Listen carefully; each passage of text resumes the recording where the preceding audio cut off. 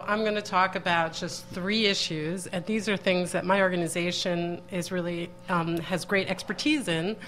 We've litigated about these issues, we've testified in Congress about these issues, and frankly, we've done a lot of muckraking about these issues, and so I feel pretty comfortable to talk about them today.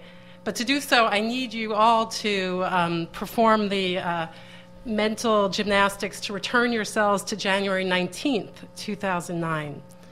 And remember where we stood then. At that point, there was an executive order in place that President Bush had put in place, which allowed former presidents, former vice presidents, their representatives, indeed their heirs, to assert constitutional privileges to prevent the release of records, presidential records. So that means even people who had never held a constitutional office would have that ability.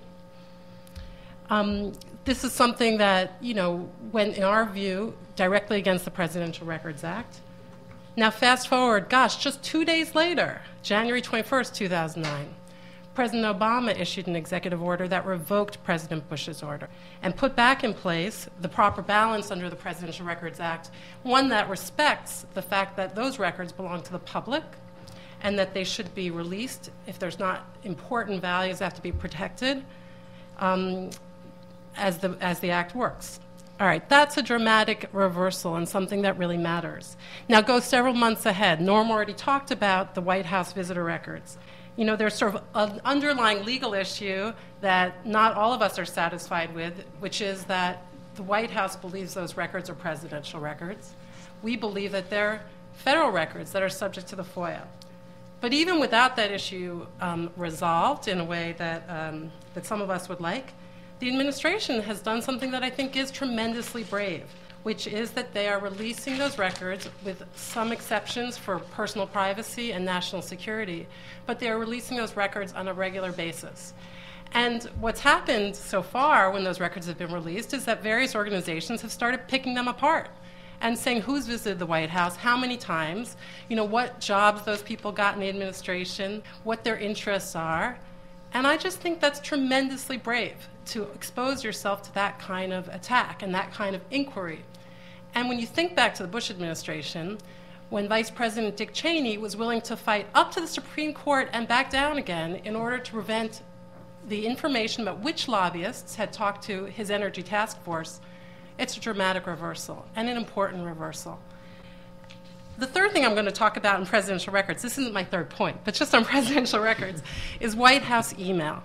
My organization has been involved in litigation with every presidential administration since the Reagan administration. And when we learned that there were emails missing in the Bush administration from the Bush White House, we brought a lawsuit. And what was the response of the Bush administration? They denied there was a problem, and they tried to prevent us from bringing our suit to get them to pay attention to that problem.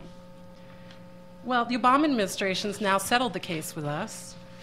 The case resulted in 20 million missing emails being located. Those are now going to be available for researchers in the future. They're going to be transferred to the National Archives. Additional emails are going to be restored from backup tapes. And frankly, they've installed a pretty good email preservation system within the White House. They've described it to us in detail. They even released a letter describing it so other members of the public could let them know what they think about the email system. And we've talked to experts. We have experts in the lawsuit, of course, and we've talked to other experts, and they all think it's a pretty good system. So, this is really night and day. Does it mean that we're done on presidential records? Well, no. There's other things, of course, we'd like to ask for. For instance, we'd like to see the White House treat some of their presidential components as agencies for the purpose of FOIA. They could start with the Office of Administration.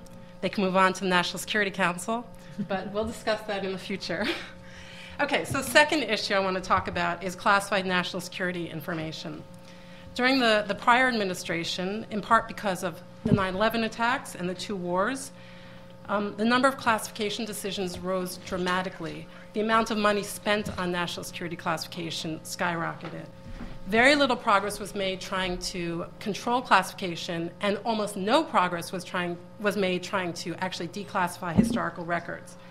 And that was despite the fact that officials throughout the Bush administration, including notably Secretary of Defense Donald Rumsfeld, publicly said there's way too much secrecy in classification.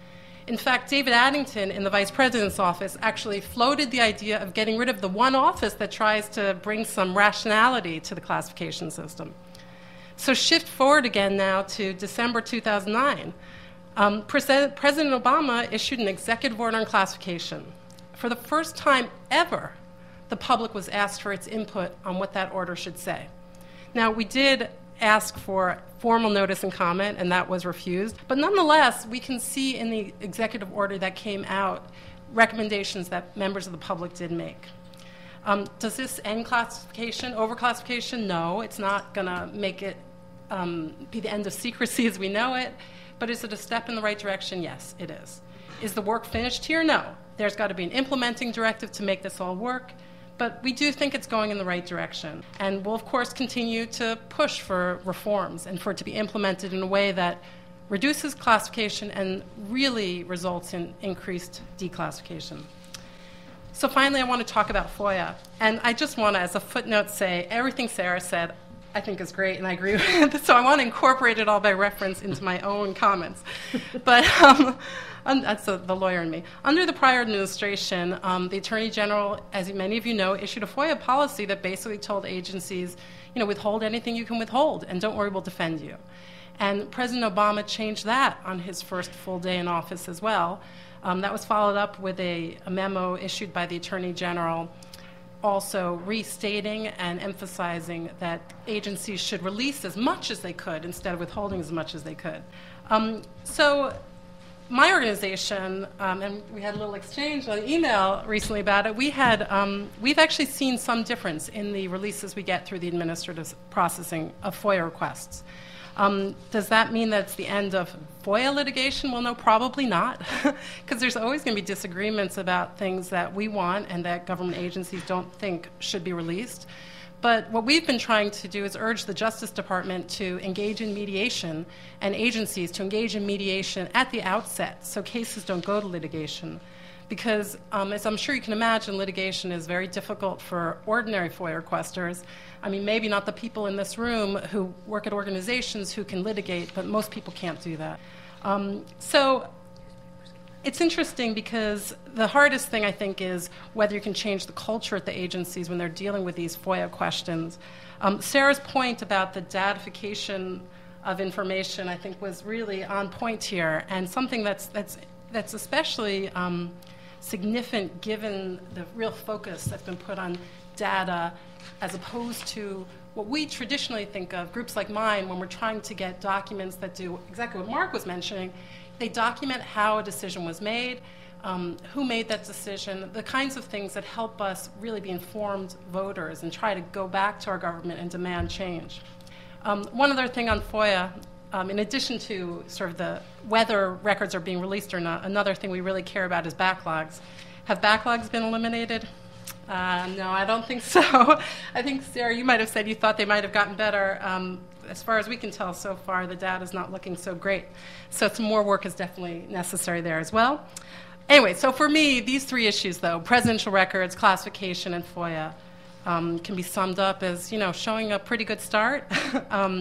A lot of work necessary in a few of these areas, but really a tremendous change.